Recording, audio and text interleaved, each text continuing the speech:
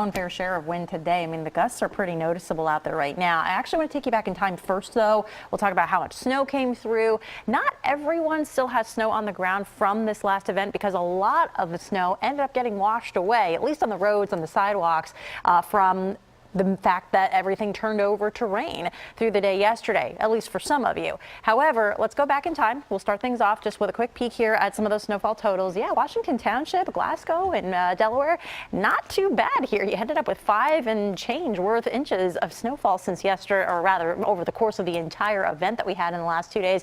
In North Whitehall, though, just shy of 5 inches. AC Airport even picked up almost 4 inches.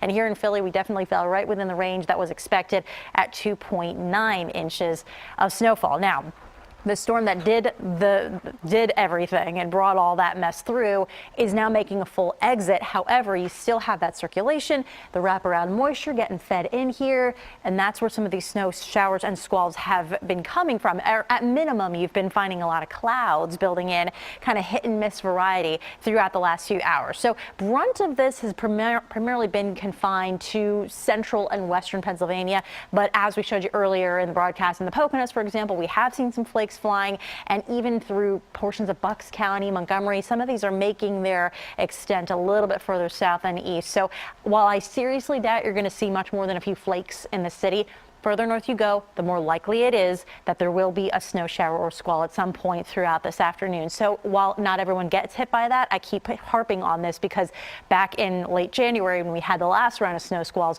we ended up with a huge pileup in Berks County. So just keep that in your mind. Be mindful of it and take it easy and be careful if you run into it. But that system is basically, in effect, gone at this point. We'll catch a break in between systems until the next one comes along, and that gets here by Friday.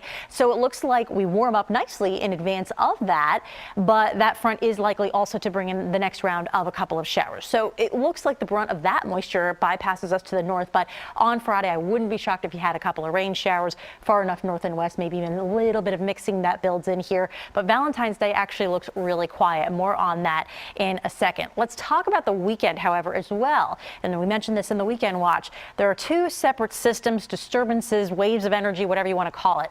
They don't look like they're going to have any kind of major impact, but it does look active over the weekend. The first one on Saturday is likely to bypass the city, at least off to the south, possibly entirely. It kind of depends on the track. Actually, it definitely depends on the track. So that's something to watch. The details of that are still coming together. But Sunday has better opportunity for the entire region to see some, we'll call it a messy mix, but definitely some snow showers mixed in with all of that. Back to the here and now, though. Yeah, the wind's cranking. You're up at 44 mile per hour gusts currently in Atlantic City, flirting with 40 miles per hour in Millville. It's not quite as bad in Wildwood, but it's breezy everywhere. And in some places, those gusts are definitely making it feel a lot colder.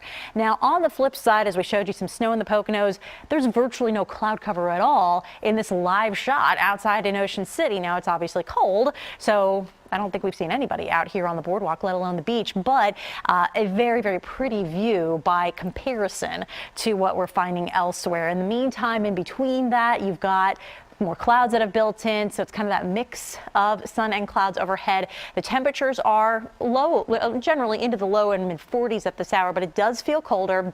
And as you head up toward Allentown, currently your temperatures are into the 30s. Why not throw in a super fun, festive, dripping with love graphic for tomorrow? 47 degrees for tomorrow. Valentine's Day actually looks really nice as we catch that break in between systems. Quick check on the 7-day, though, for you. Mildest day actually comes on Friday, but like we mentioned, there is a new cold front coming along. So you warm up out ahead of it and you cool down right behind it. Heading into the early part of next week for President's Day, if it's a long weekend for you, it looks like a chilly start to the work week, but yeah, the weekend could be a little active. It's something that we're going to keep a close watch on for you. Okay. Thank you, Katie.